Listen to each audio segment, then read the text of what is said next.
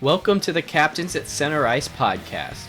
As always, click that like and subscribe button and leave a comment down below on your opinions as well as what you thought about today's topics.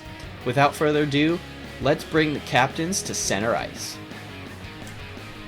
Hello and welcome to another episode of the Captains at Center Ice podcast. I'm with my good friend Ryan Coast, and today is another day to break down another division. So last week we broke down the Metropolitan Division, and this week we're going to break down the Atlantic Division. And I'm going to be quite honest, this is a division that Ryan and I know probably the least about. Not saying we don't know a lot about it, just we don't follow as many teams in the Atlantic Division as normal. We're paying attention to usually the Central or the Pacific or the Metropolitan. And this season, actually, the Atlantic has been relatively quiet outside of Boston and Toronto. Maybe Buffalo, too. Maybe Buffalo. Because they did make some noise. In terms of being in the news, at least. And yeah. So because of that, we have not really been paying attention a ton to the Atlantic compared to the other teams, but we have been paying attention to the league in general, as of course. So that being said, we're going to talk about the Atlantic Division though, and we're gonna break it. We're gonna break it down. We're gonna give it our best here and show you guys what we think of the Atlantic Division. Obviously, compared to last season, the Atlantic Division was arguably the strongest division, I think, last season. I would completely agree with that. With Tampa Bay getting the President's Trophy and then Boston and Toronto being in that same division. Yeah. And it turned out to be a good season for them last year. Yeah. Besides being swept in the playoffs. Yeah, I would agree. This season's been really kind of underwhelming from if you're an Atlantic Division follower, and that's a surprise really, which is news in and of itself because the Tampa Bay Lightning have been relatively terrible. The Boston Bruins have been still relatively strong, which is good. Toronto's been on a bunch of ups and downs, and we got some teams that are kind of creeping their way into the playoff picture in the Atlantic that we might not have expected compared to last season because of that. So, that being said, we're gonna talk about the Atlantic Division. So, I'm gonna give a quick breakdown for those of you who are not familiar with the current standings in the Atlantic Division. So at number 8 we have the Detroit Red Wings. Number 7, we have the Ottawa Senators. Number 6, Tampa Bay Lightning. Number 5, the Montreal Canadiens. Number 4, the Buffalo Sabres. Number 3, the Florida Panthers. Number 2, the Toronto Maple Leafs. And number 1, the Boston Bruins. And it is currently the 22nd of December. So, because of that, those are the current standings for the Atlantic Division.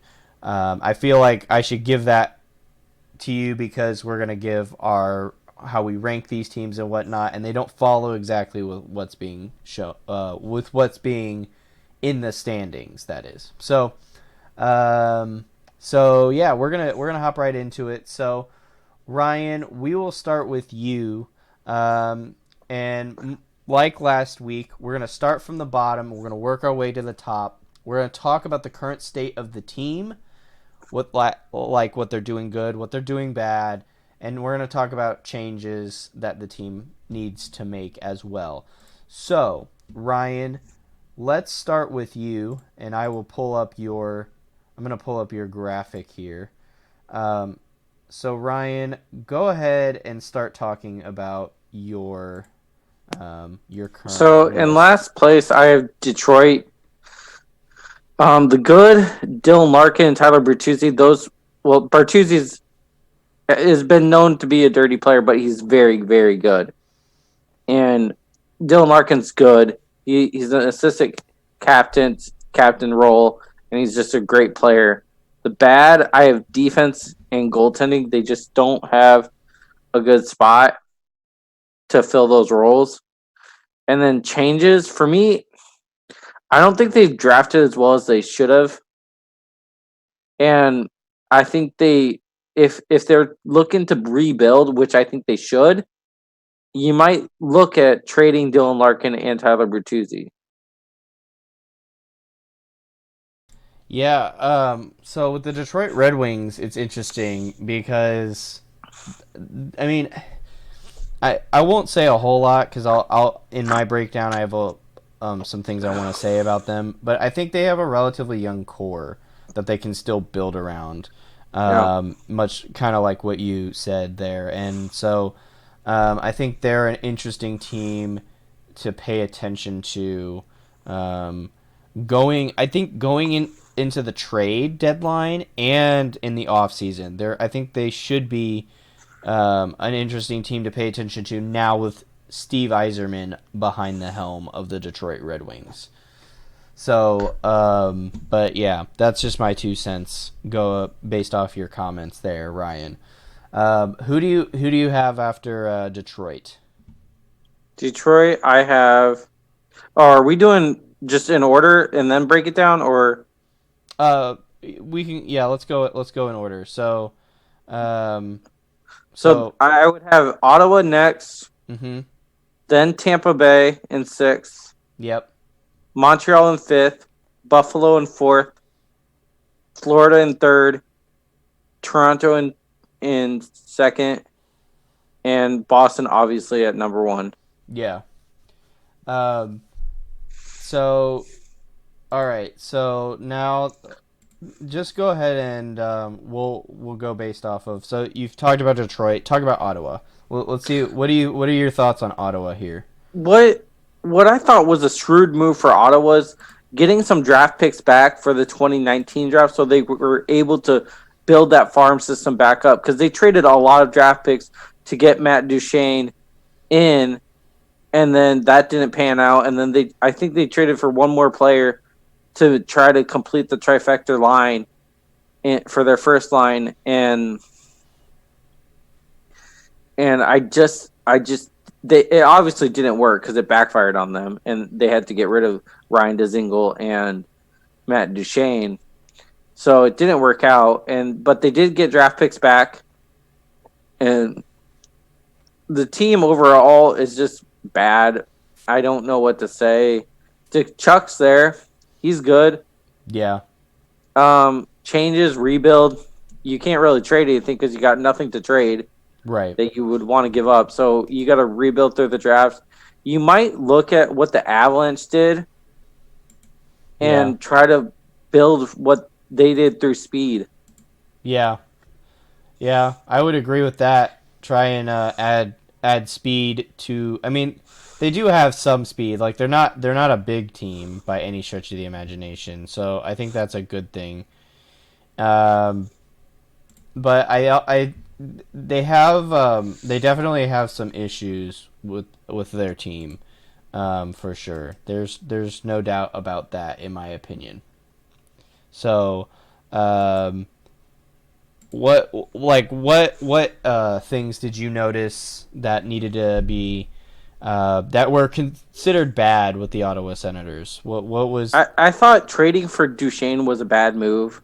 Yeah, I didn't think he was the right player. I think whenever you try to go all in and trade, I never think it's a good move. Like, I get it. You want to win now. I get that. But, like, there's a right way to do it, and then there's the wrong way to do it. And the wrong way is instant gratification, thinking it's going to work. yeah, I don't think it really ever has in history, but I could be wrong. I'm not that knowledgeable, but in terms of those trades, but I just don't think it's good formula to try to instant gratify wins. yeah, yeah. I would agree. Um, yeah, there's a lot of things that they need to do, and I think I would agree with you on that.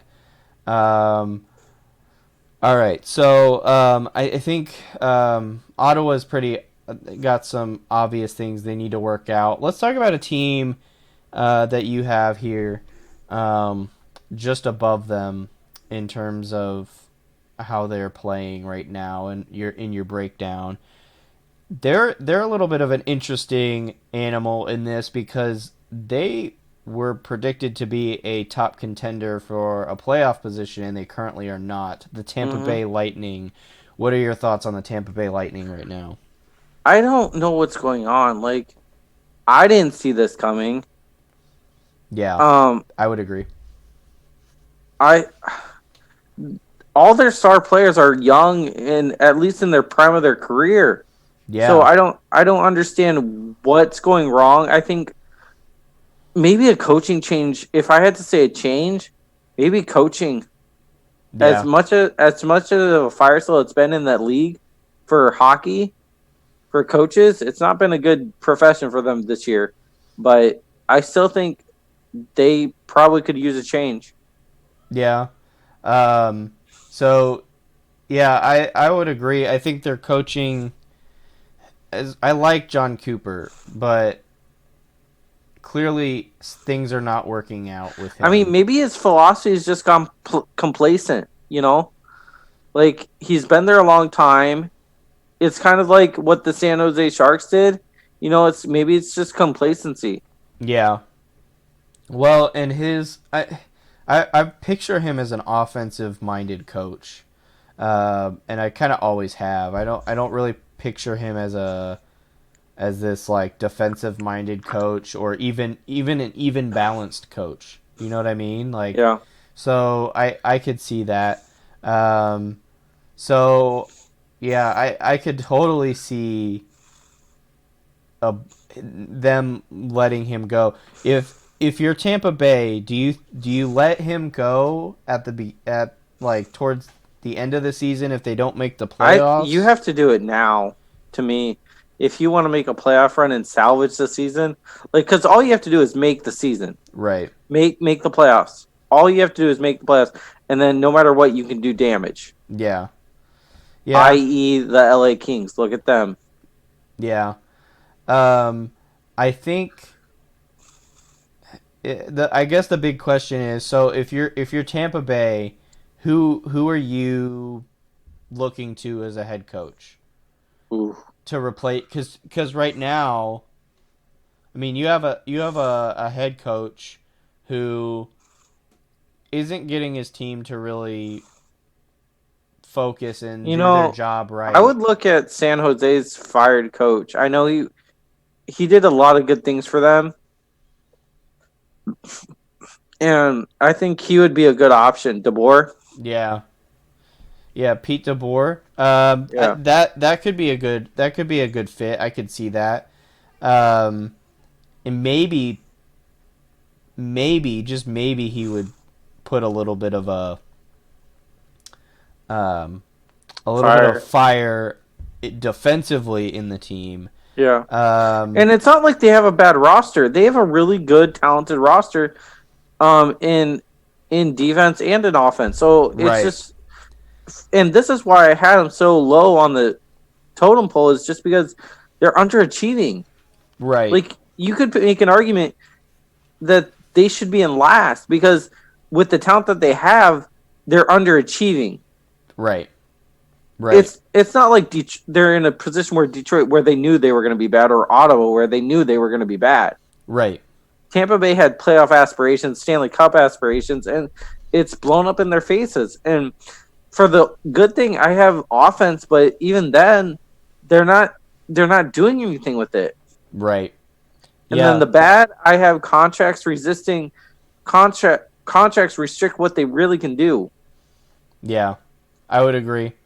So we already talked coaching changes. Are there any other changes that you think the team can do to maybe fix or salvage what's going on right now? Maybe free up cap space and give some young talent some option, some availability, and because they're not a bad team where they could, it wouldn't hurt them to lose some talent and then maybe develop their farm system a little bit and still make the playoffs. I could see that as an option. Yeah. Yeah, I think I agree with. I don't really have a whole lot going against what you said. I think I would agree with that. Um, I don't. I mean, obviously they could make trades. I guess the question becomes, if you're Tampa Bay, who do you trade? And you better have a good reason for making the trade, right? Yeah. I mean, Um, yeah, it has to be logical, right. but I think that's given. I mean, and it's not like we're not talking about a team here that's like Chicago, right? Where they're like, we have so many holes that Yeah. we have to fill, right? We're talking about a team who's literally just completely underperforming, Hmm.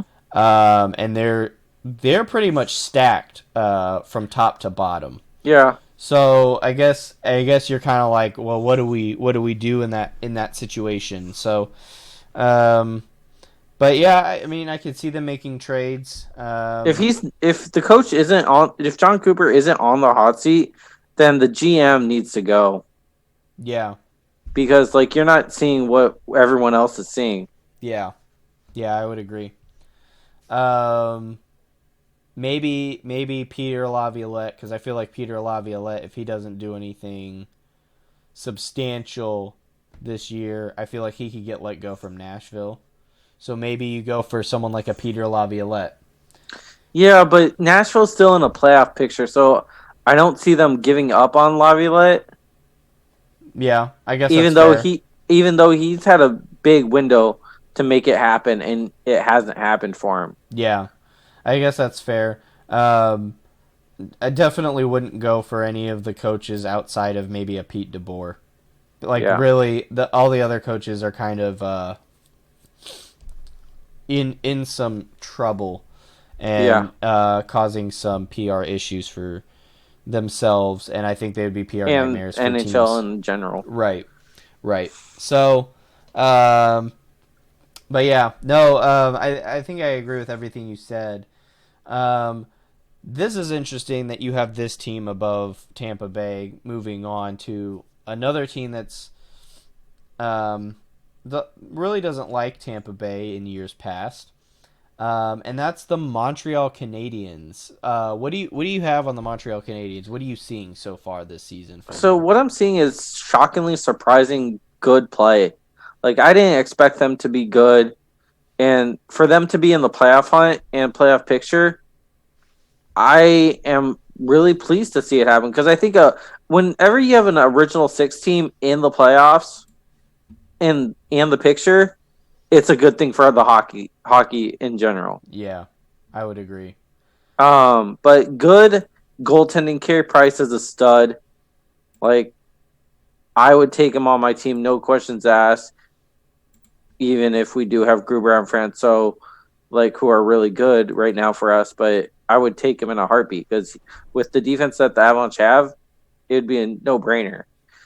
But bad, I don't see them having good offensive talent. I think when they traded Max Pacioretty, I thought that was a shrewd move given that they're doing so well now. Maybe that gives them release that they're doing so well without him. But that was one my bad. And if they could trade and make a serious run for the playoffs, I'd say do it.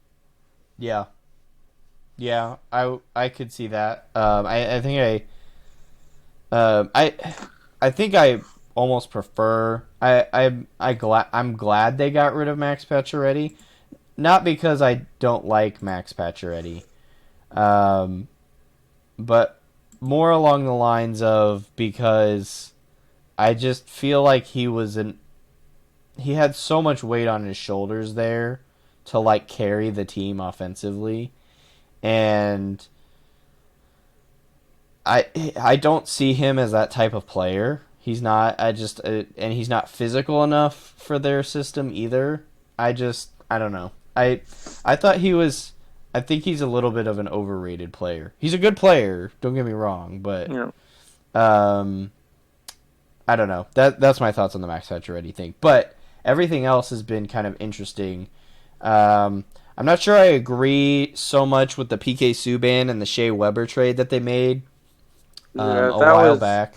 Yeah, that was a while back, but yeah, I don't know if Shea Weber fit the system better than PK Subban. I would Or, agree. well, no, PK Subban fit the system better than Shea Weber did. Oh, you think That's, so? I think so. I No, yeah, because PK Subban was on the Canadians before he went to Nashville. right, yeah. Yeah, so yeah, I thought PK fit the system better than what Shea Weber was trying to do there. I see. I think Shea Weber. My opinion is I think Shea Weber fits a little bit better, but I think Shea Weber's older and like aging. So that was the big thing that baffled me. They did need a defensive defenseman because PK Subban was. He's never been like the best defenseman in my head. No, He's he's more of a the way he got famous and the way he's a big deal is because of his character. It's more of yeah, his persona that he brings to the NHL that they love so much. It's never been his play. yeah, He was good for a couple seasons in Nashville, yeah, but never was he an out like a Cale Makar kind of talent. yeah, yeah. And he's touted as an offensive defenseman, but I've the most offense I've seen from him was when he was in Montreal, honestly.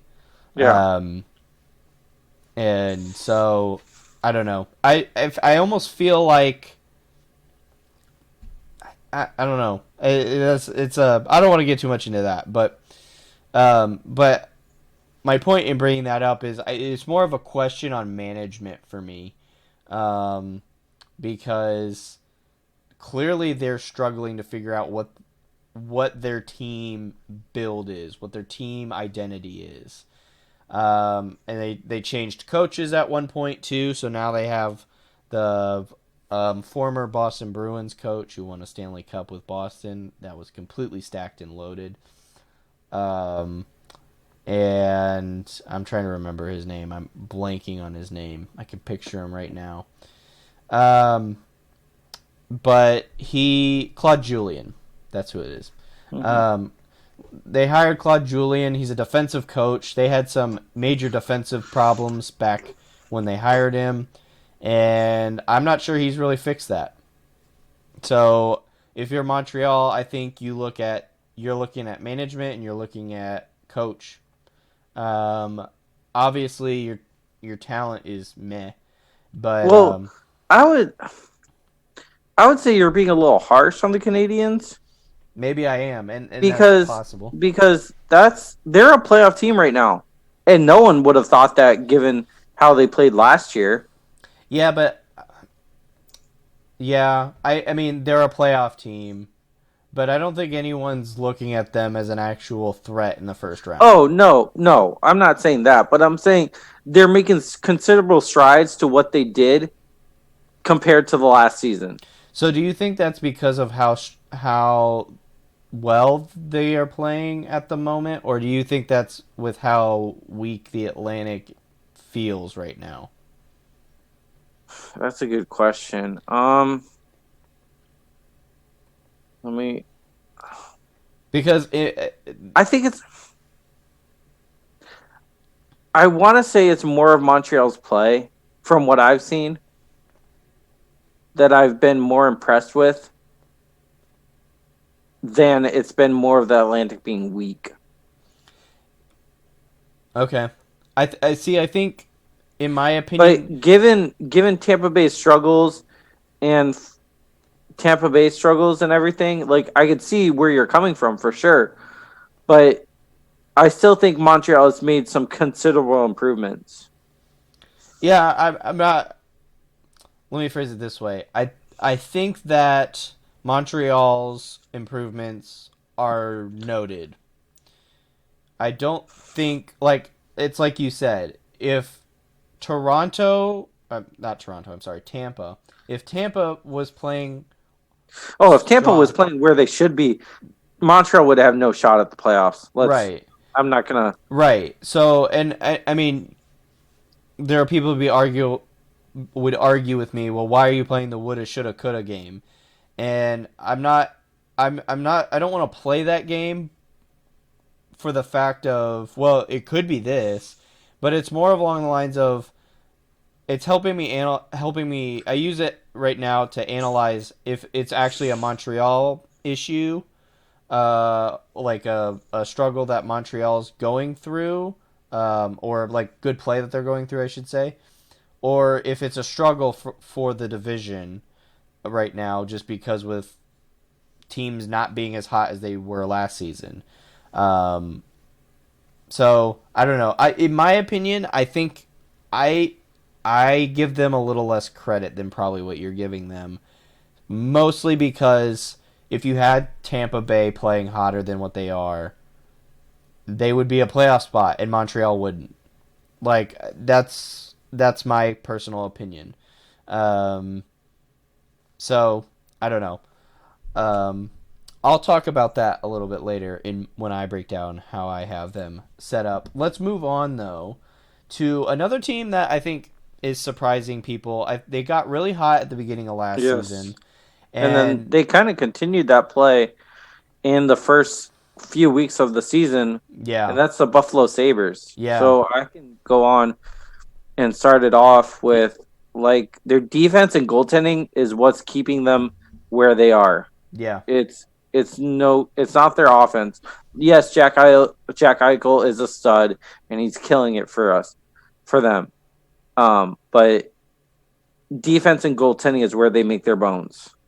okay, yeah, And for me, I think they need to add another superstar to Jack Eichel.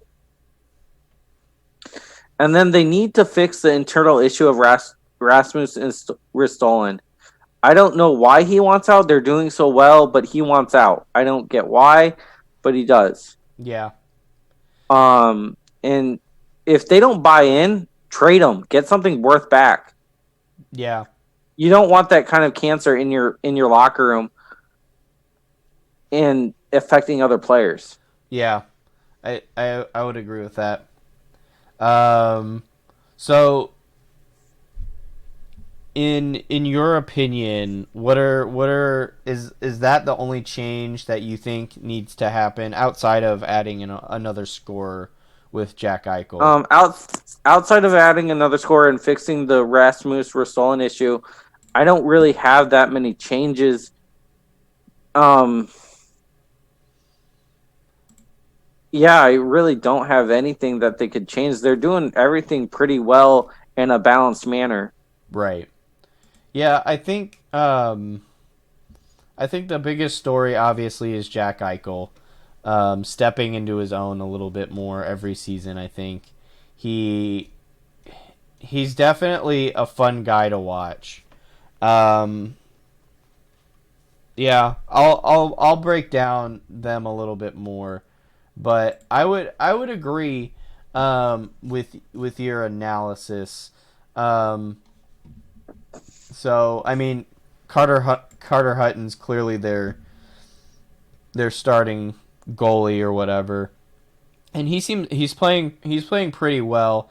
Um, but yeah, I'll break them down a little bit more. Um, so yeah, moving on though, let's move on to your next team here, and I think this is a little bit of a surprise to a lot of people.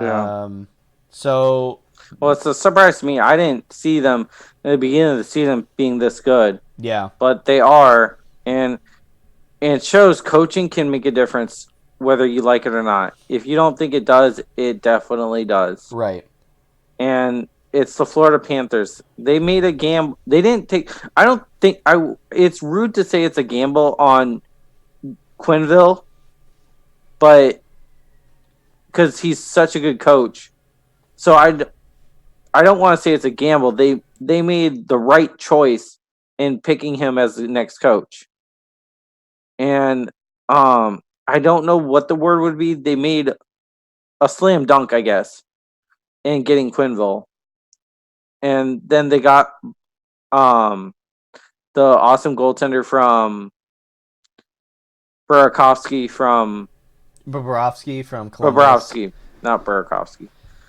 Bobrovsky from the Columbus Blue Jackets. So I think they've done well there. My bad, probably getting some offensive talent to complement Barkov. Yeah.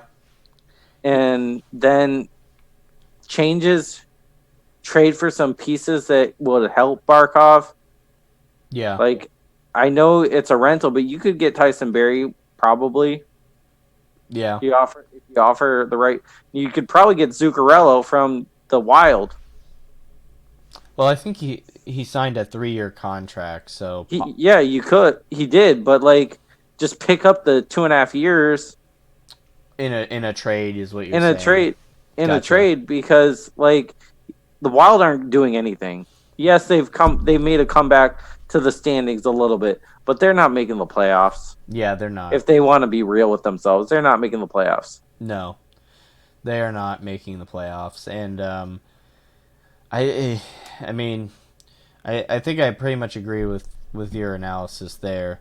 Um, I I think yeah, I mean, I'll break them down a little bit later and give you my thoughts on the Florida Panthers. Um, but I think they're a good team, and I think I've been saying this for years. They are a dark horse team. They have been a dark horse team to watch ever since they had Jaromir Jagr. Yeah, Uh, and this year, like you said, coaching makes a difference, and I think that's really made a huge difference. Obviously, also they got a good solid goaltender, and I think that's made a difference as well. So, um, but yeah, moving on to a team that was not in this position earlier this season, and a team that everyone was talking about because they were playing so poorly, the Toronto Maple Leafs. Ryan, what are your thoughts currently on the Toronto Maple Leafs? so the Toronto Maple Leafs, I think they're underachieving, even though they're in second place. Yeah, And I think getting rid of Mike Babcock was the best move that they ever could have done, given what's come out of the backlash through that. yeah, Um, they're good. They have really talented offensive pieces from top to bottom. Talented, even in defense, they have talented people. Like Tyson Berry's no joke. yeah. I would agree with that. I think yeah, I would agree with that. I think their strongest thing is probably their top two lines. Yeah, Um, I mean that's fair to say, but even then, their depth players are still good too. I mean, yeah. so in their offensive minded defense, like with Barry and their what's their second power play defenseman? Would it be that I don't know. I don't. Let me. I'll look that up. But he's really good too. So what they have a 1-1 power play punch, I think, in my opinion. They do. And and Yeah. then their goalies, not Vasilevsky, but Uh, is it Vasilevsky? no, that's Tampa. You're thinking of. It's Oh, Frederick Anderson. Frederick Anderson's a good goaltender. He's not great, but he's good. Yeah. Is it Morgan Riley, the defenseman you're Morgan thinking? Riley, yeah, he's not. He's a good offensive defenseman too. So it's no shocker that they can play good offensive power play plays. And but to me, it's their contracts. Their contracts screwed them. Yeah, I would agree. I would agree on that for sure. Um, yeah, I think there's a lot of mixed feelings. I think for a lot of people in the Toronto Maple Leafs, and for me as well. Um, I thought coming into after they picked up Austin Matthews and seeing Mitch Marner, kind of the dynamic with him and Austin Matthews together, I thought they could be the next Chicago Blackhawks. Now, maybe they still can, but with those current contracts, I'm not sure I can agree with that statement anymore. Um, but they're a strong team to still watch. A little bit flakier this season, I think. Yeah, I mean Um, they're not as absent as the Tampa Bay Lightning though. Let's be real. They were though at the beginning of the season, and I think, like you said, the coaching change made a huge difference in that. Yep. Um, so it's interesting to watch. The other thing I will add, I don't think John Tavares is playing as well this season as he was last season. No, and Marner hasn't. He's been riddled with some injuries, and so that's left him out. So he hasn't been hitting his stride either. But imagine if they were hitting their stride. Yeah, Like that team can be dangerous. It's getting their monkey off their back and getting past the first round. yeah, um, yeah. I would agree with that. Yeah, and I'll break down Toronto here in a little bit. All right, transition to your number one spot. I don't think there's any surprise as to this pick in your number one pick overall. Yeah, listeners, if you don't know, and if you didn't have them at number one in the Atlantic, then I don't know what you're watching. It's Boston. They have the second best line in NHL hockey. Yeah, Um,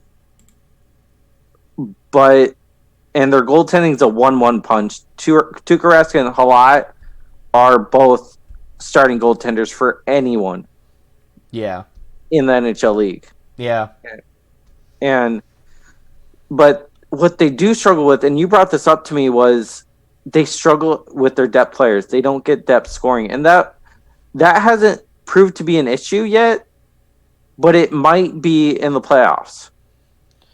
It might show up their weaknesses there. yeah, yeah. I would agree.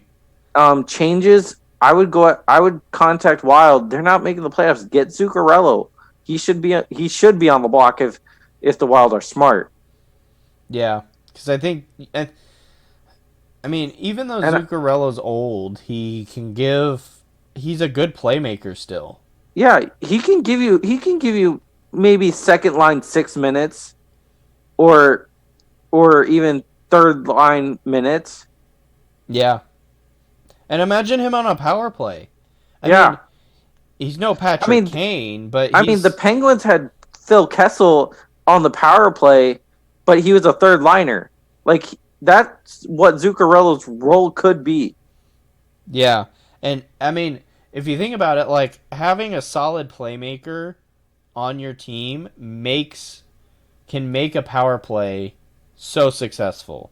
Like everyone wants an Alex Ovechkin on their team, which those are few and far between. But if there are a lot more playmakers in a league who are solid, and if you pick up a good playmaker, it makes your power play that much better. Um, Sorry, yawning. My no, bad. you're fine. You're fine. Um, so yeah, I mean, So to recap my standings, it goes Boston, Toronto, Florida, Buffalo, Montreal, then Tampa Bay, and Tampa Bay has an argument to be last because of what they're doing. Ottawa, and then Detroit. yeah, and I have that up on the screen for you viewers here, and I've for those of you currently watching on YouTube, that graphic has been coming up periodically for you guys, so you can see what his power rankings are.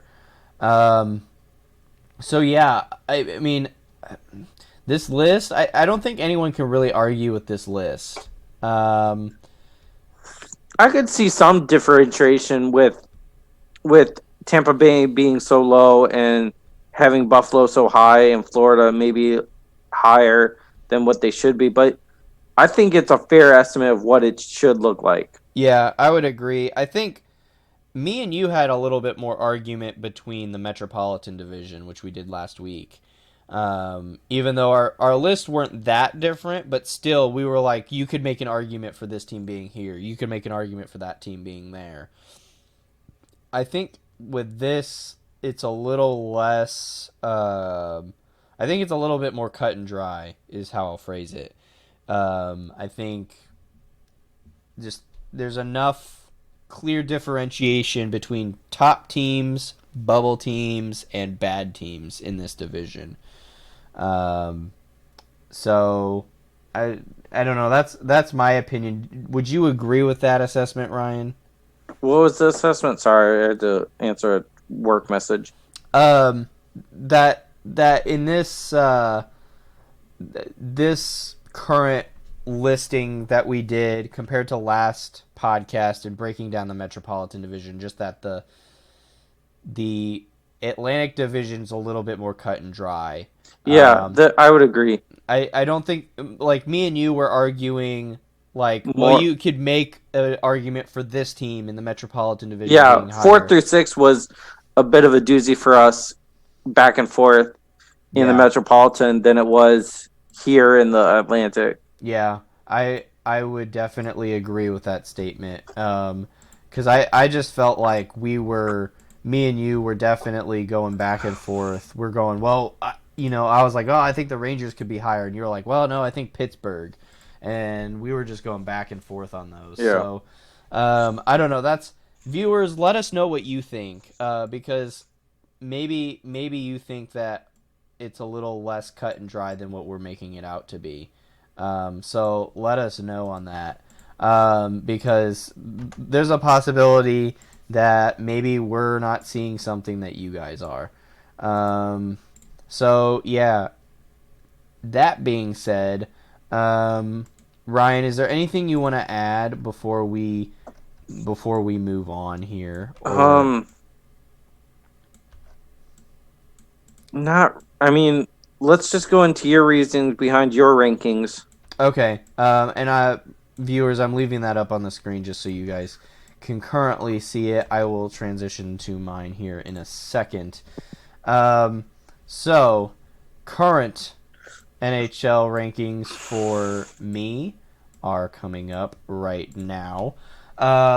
So current list for me, starting at the bottom, I agree with Ryan. Detroit Red Wings.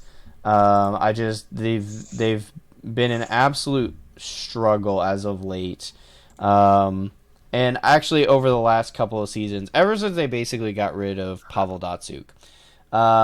So my opinion on them is the good thing is they have talent to build on.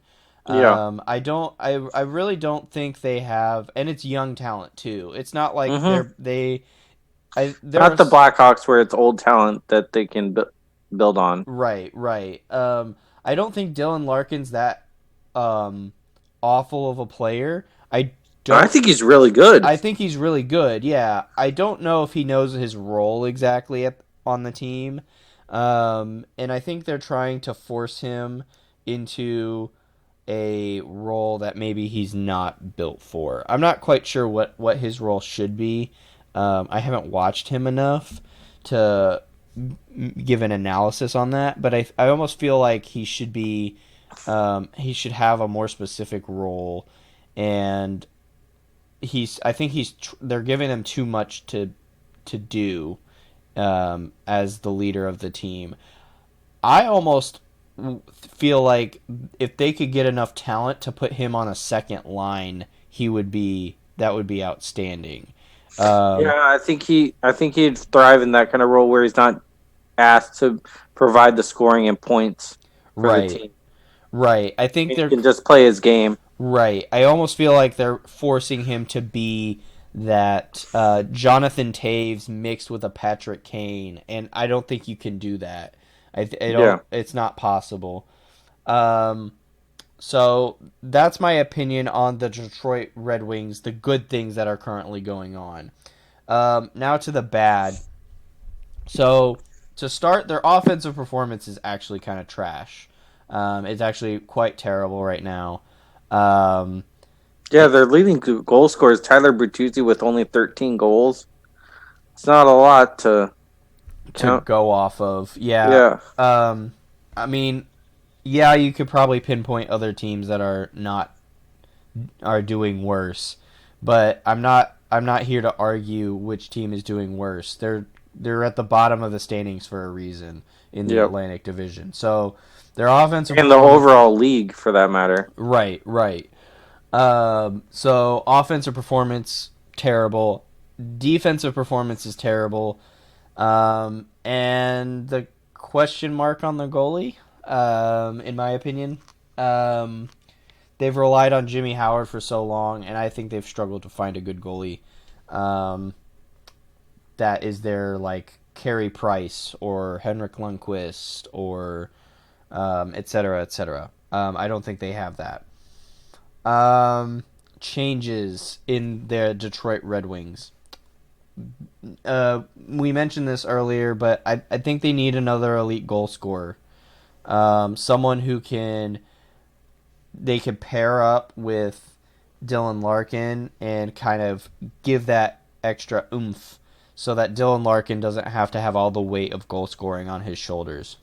And continue to build through the draft. I mean, if you're going to be at the bottom of the standings... They did draft Alex Turcotte, and I think that was a good pick.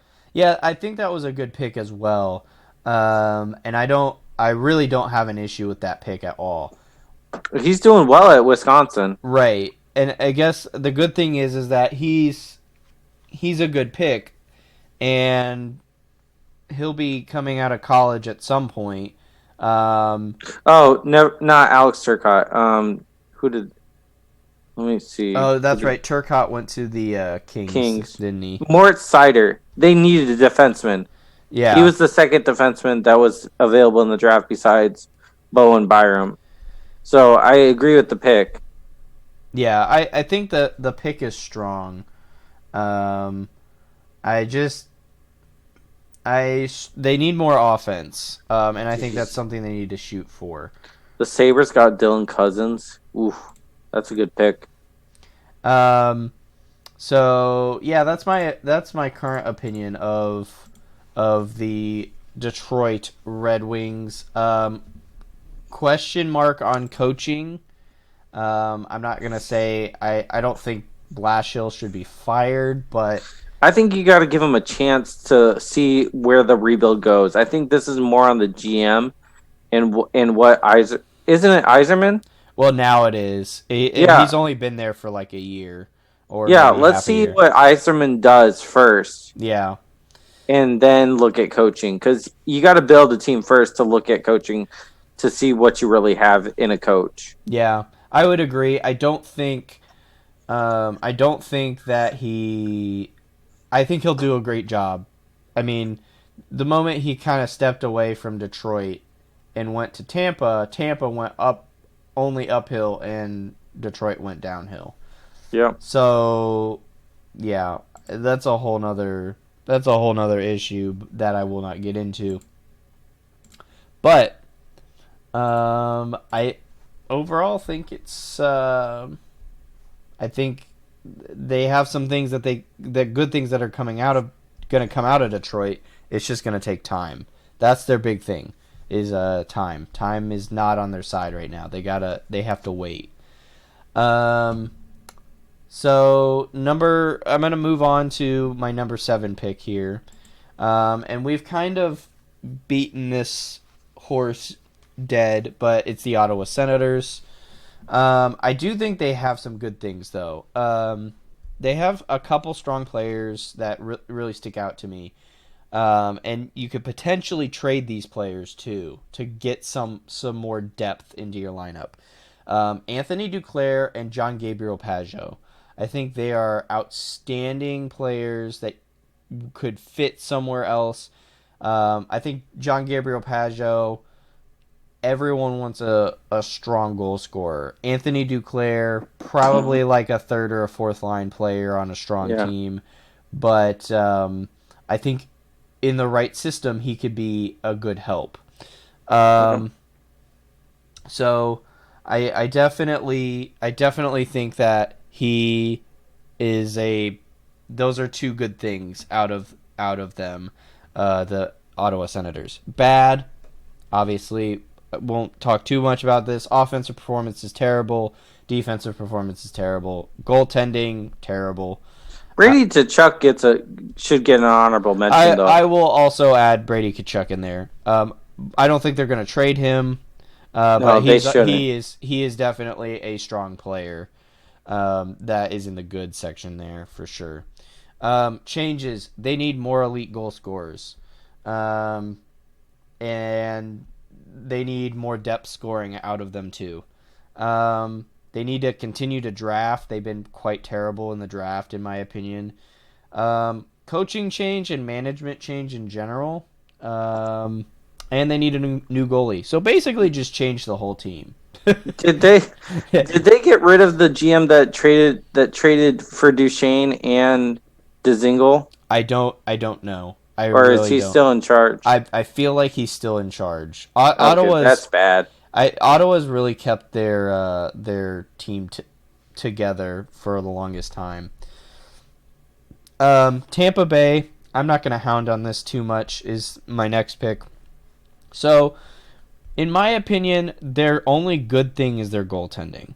And that leads me into the bad. Offensive performance is pretty mediocre at best, if not terrible for what they have.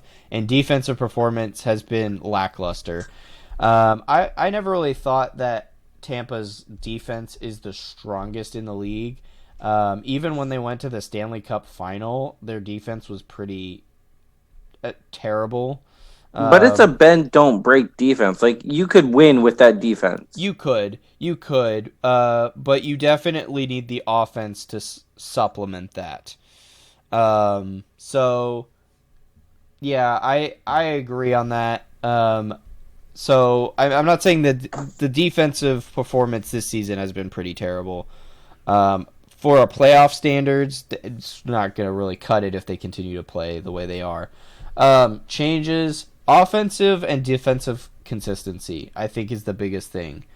So, I mean, and I almost feel like Vasilevsky is playing not as strong as he was because his defense, like you said, is not there and his offense isn't there either. So it's a little bit tougher to play in that role when you don't have a team in front of you. I agreed with you on this, although if Tampa was playing just slightly better, I think I would have to put them above Montreal Canadiens. I think they're the feel-good story of this division. Montreal. Yeah. For me, it's probably Buffalo, but close second would be Montreal, for sure. I mean, the only reason I put Montreal over Buffalo in this case is because they're original six team, and you get clout for that. Yeah, I agree. Like, with it's that kind of like argument. Notre Dame going back to the national championship. You have to give them clout for it. Yeah, I would agree. Their only good thing right now for me, good goaltending. Out of Carey Price. Well, I shouldn't say good goaltending, but they have a goaltender that is solid if you have a team in front of him for sure. I think he has kept them where they're at. I think he's had some frustrations this season. Most of them are not his fault. And he's such a good representative to the league too. Like, Yeah. some of the Instagram stories that I've seen about him from last year and this year have been phenomenal. Like, letting a kid that what his only dream was to meet Carey Price before his mom died, but he couldn't make it happen till after she died. That's just so cool. Yeah. Like, Yeah. and letting him see a practice and everything, giving him sticks, giving him whatever he wanted to the kid was just phenomenal. Yeah. I would agree with all of that. I think he's an outstanding representative to the league. Moving on though, changes. They need to trade. They need to get somebody. They need better goal scoring. They need better defense. They basically need a whole bunch of holes that they need to fill. And they need to draft better. They did. Who did they get? Not Colette. They got a pretty good sniper. Cole Caulfield. Caulfield, thank you. I don't know why I thought his name was Colette. Cole Caulfield, yeah, he's a little undersized, but good talent. Well, and I guess I didn't know this, that they originally had Alex DeBrincat, and they traded him to the Chicago Blackhawks. And he's turned out pretty decent. Now, this season, that's a whole other story, but I'm not going to get into that. But So I think he's a good player. Obviously not playing on Montreal right now, but yeah. Moving on to the team that I think is the feel good story of the season, or of the Atlantic Division, I should say. The Buffalo Sabres. They have pretty strong offensive firepower, in my opinion. Goaltending's decent. I don't think it's great. It's decent. So, I mean, you're talking about Carter Hutton. We're looking at this season. Um, right now, we're looking at an 8.894 save percentage, which Not great, but not solid. great, but solid, right? So there is that. But for what they have, I think pretty decent. I think they need to get a better goaltender if they want to be a Stanley Cup contender. But I that's think not they're a little far off. Even if they did get a goaltender, I think they're a little far off from the Stanley Cup. At look, late they don't have a chance against Boston. well, yeah. That's what I was just about to add. Like, I don't think that's a couple seasons away. Yeah. I don't think that's this season. But it would definitely help though. Um, Hmm. their biggest issue right now, in my opinion, is their defense. I don't think their defense is as strong as other teams in the Atlantic Division and maybe even in other divisions as well. And I think they rely a little bit more on their offense from someone like Jack Eichel. Their depth scoring is decent, but not as strong as it could be. Um, Again, not awful, but not great. It's kind of that like in between, still in that growing phase. I think it's going to take a couple seasons for them. Their biggest change, stronger decor. Maybe you could add a goaltender in there as well. But if they have stronger decor, their goaltending plays better. So, in my opinion, stronger decor. Um, Moving on to Toronto, in my opinion, is number 3. Now, this is where Ryan and I flipped. Ryan had Florida at the number 3 position. I put Toronto below Florida, and I'll make a case for that at the end of this here. So Toronto, strong offense when it's hot. The key is when it's hot. They're inconsistent in my opinion still. New coach is a good thing. Obviously, he's gotten this team back on the right track, and their goaltending is decent. Much stronger than Buffalo, in my opinion, with Frederick Anderson. I'm still a little wary of Frederick Anderson being a Stanley Cup contending goaltender, but he's in the same vein as some other goaltenders who have won Stanley Cups in the past, so it's possible.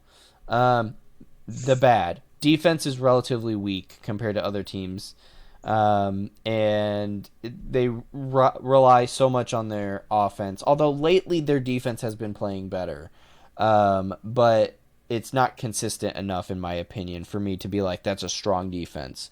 Um, it's not awful. Like it's not terrible defense. Like I'm It's not. a it's a defense that can get them at least to the second round. Yeah, they're definitely like is strong defensive capability there. It's not. We're not talking like Detroit, which is just like terrible defense. I there's some things that they could do. They could get better, and get some stronger players at in that position. Um, Changes consistency is my big thing for Toronto. Florida, like I said, dark horse team. The good their coaching is probably the best thing that they have done so far this season. Their offense, I think, has always been relatively strong, just not consistent. And now they have a good coach. I think it's finally consistent and it's paying off. And on the back end, goaltending is the next good thing that they have. The bad, not much to say here. Defense is lackluster at times. I think they rely a little bit too much on their offense to win them games time to time, but they have won against some really strong teams, and their offense is strong enough to win 5-4 against a Boston Bruins or something like that. So I think that's the big thing, and they've played more consistently this season so far than Toronto, so that's why I put them above Toronto. Their biggest change that they need stronger D, and they need to probably pick up a rental for that depth, for the depth lines for the playoffs. And then lastly, like I'm not gonna go too much into this team, the Boston Bruins. Strong defense, strong offense, strong goaltending. That pretty Biggest much sums it up. right. Biggest struggle, like we mentioned before, lack of depth scoring from the depth players. I think that's the biggest thing that really sticks out to me when I watch Boston. Um, and the changes is get some rental depth scoring players. Um, Overall, that's my current rankings. Um, so yeah, uh, that's our view of the current NHL, the Atlantic Division in the NHL, I should say. Um, so Ryan, we'll be quick with this. Just a simple yes or no here. Will do. So I'm gonna go through the current rankings of the Atlantic Division, and I'm gonna go from bottom to top, and you just tell me if you think they are a playoff team. All right, Ryan. Mm. All right. So starting at number 8, Detroit. Do you think they're a playoff Oh, team? totally. Totally. No, no, no. They are not making the playoffs. Ottawa. Do you think they're a playoff team? No, I would agree there as well. All right, number 6, Tampa Bay. Do you think they can turn it around? no. Okay, I would agree with you there. I know there's pontificators who think otherwise, but I don't see them making the playoffs. Number 5, the Montreal Canadiens. Do you see them making the playoffs? Just barely missing. Yeah, I think they're a bubble team. I think Buffalo keeps them out. Um, all right, number 4, Buffalo. Do you think Yes. Buffalo? All right, do you see them? You see them as a wild card, or do you think? Yes. Okay, Wild card. all No right. wild card. Number 3, Florida. Do you see them as a playoff team? Yes. Okay, and then number 2, Toronto. Do you see them as a playoff Yes. team? All right, and obviously number 1, Boston. Of course. All right. I agree with him 100% there. Keep in mind, I will also state the fact these power rankings that we did were based on current play in the season. So they might get hot going into the playoffs. We're not looking at whether we think they're going to get hot. I mean, we did predict, but the power rankings were strictly based off of What we are seeing. what we were seeing right now. So, um, I mean, I know I went a little quick on the back end for you guys, but I thought we had summed it up for you, so that's why Mhm. I tried to be a little quicker on my end. Um, I mean I don't really have a whole lot to say about the Atlantic Division, really. I really think a lot of it is lack of consistency from teams that should be playing better. Exactly, and that would put other teams back behind the playoff spots like Montreal and Buffalo, and probably Florida too, because Florida would probably be pushing for a wild card spot had Tampa Bay be doing what they should be doing. Yeah, I mean, to give you guys a little preview right now, the current 2 wild card spots are not filled by Atlantic Division teams. Yeah, They are it's filled by Pittsburgh and Philadelphia Philadelphia. in the Yep. Metropolitan. Buffalo is just outside. So, um, And I think of those three teams, I think Philadelphia is the one that falls off. yeah, I think Buffalo's the one that could take that out of all the Yeah. all the teams that are in the Atlantic. Now, granted, Buffalo, Montreal, and Tampa are the next 3 teams vying for those wild card positions. Um, but I mean, I could see a team like the New York Rangers overtaking Montreal and Tampa, with Buffalo pushing into that wild card spot. Yeah. I I mean, Buffalo's only 4 points back and then everyone else looks like 7 points back. So Yeah. it's close, but I mean, there's work to do for those teams. Yeah, there's definitely work to do, and I think like we mentioned earlier, this is more cut and dry. I think this Yeah, division compared to the Metropolitan. The Metropolitan was like a mix of soup. It was just like there were yeah, teams that we were like, well, you can make an argument for this team, yeah. and I don't think you can do that as much here in the Atlantic The Division. Central is going to be a really interesting one. That division is going to be very interesting to power rank. I think the Central and the Pacific are both going to be tough Yeah, for different reasons. I think that with how weak and terrible the Pacific is this year, um, is gonna be like, well, who do I put in my yeah, top? You know what I yeah, mean? yeah. Because Um, no one's really fighting for it or making an argument for it. right. And then in the Central, it's like, well, I have all these teams that I can talk about. Yeah, yeah. It's It's like like, pick. You can make an argument for anyone to be number one. right, Like, like right, yeah, besides the Blackhawks and Wild, like besides those teams, you can make a case for anyone to be number one. right, yeah. I would 100% agree with that. So, So um, yeah. Well, we're only 5 minutes over an hour, which is relatively good. What we were shooting for here. So I think Ryan, if you had to sum up the Atlantic Division in one word, what would you do? What would you use for that? inconsistent. I would agree. That was the first word that came to my mind as well. It was Inconsistent. that or mysterious, one of the two. I would have gone with inconsistent as well. So that was the first word that came to my head as well.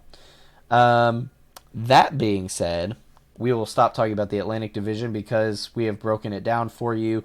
Leave a comment down below. If you're, let me specify this. If you're watching on YouTube, leave a comment down below. Like, comment, and subscribe. Let us know what you thought. Maybe you have a different view of the Atlantic Division than we do. We are on YouTube. We are also on PodBean. So look up Captains at Center Ice on Podbean, and you will find us. The link is in the description. If you're on Podbean, you will see the YouTube link. If you are on YouTube, you will see the Podbean link down below. So feel free to check that out. Podbean, really good for those who are in the car and want to listen to just the audio, don't want to destroy your data usage with your mobile phone, and maybe you're commuting into work. Feel free to check us out on Podbean. We will continue to probably hop into other podcasting arenas, but for the time being, we are on Podbean. I will make this comment though. It'll only be about 5 episodes ish. The current set of the last 5 episodes. So if there's an episode that you missed that was not in that 5 episodes, they will all be on YouTube. And that's just because we're using the free version of Podbean. So there's a limit to how much we can have on Podbean. So And if I can, go ahead. we will do this series again at the end of the season. This is just our midterm rankings, Yeah. and we'll do a breakdown of each division and how they did at the end of the season as well. So look out for that. Yeah. That'll be after playoffs, which will be a whole nother beast that we'll get into as we Oh, get I can't wait for closer. playoff hockey. I It's the can't best wait thing in the for it, world. but I'm also scared to talk Yeah, about it. It's a lot of work. yeah. But it'll be fun. It'll be fun. Hmm. Playoff hockey is always fun. So, but that being said, like I said, check us out on those platforms. Central Division is coming up. We will be talking on The coming up, 30th. yeah, the 30th here, and I am excited to tell you guys. My good friend Will Hatzel will be on from Chicago, Illinois, and he's a Blackhawks fan, so he has an interesting viewpoint of the Central Division, and I want to get his viewpoint on that. Ryan here, as you guys know, is a Avalanche fan. So we Yeah. get someone who's seeing it from the bottom, and we get someone who's seeing it from the top. So that'll be interesting to see and talk about as well.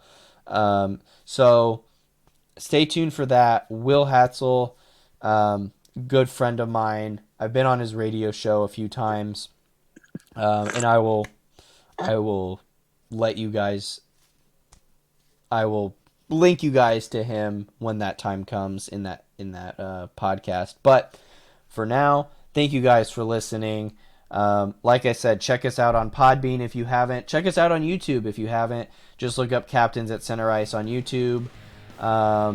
My name is Joshua Kessner. You can look, that would be the channel name. Just look for Joshua Kessner. And so yeah, thank you for listening, and we will see you all in the next podcast. So thank you all for watching, and we'll see you talking about the Central Division coming up in on the 30th here, coming up in December. So thank you, and we'll see you in the next podcast. Bye. Thanks for tuning in to today's episode. As always, like I said before, like and subscribe, and leave a comment down below on what you thought about today's topics. Thank you for joining the Captains at Center Ice, and we'll see you in the next episode.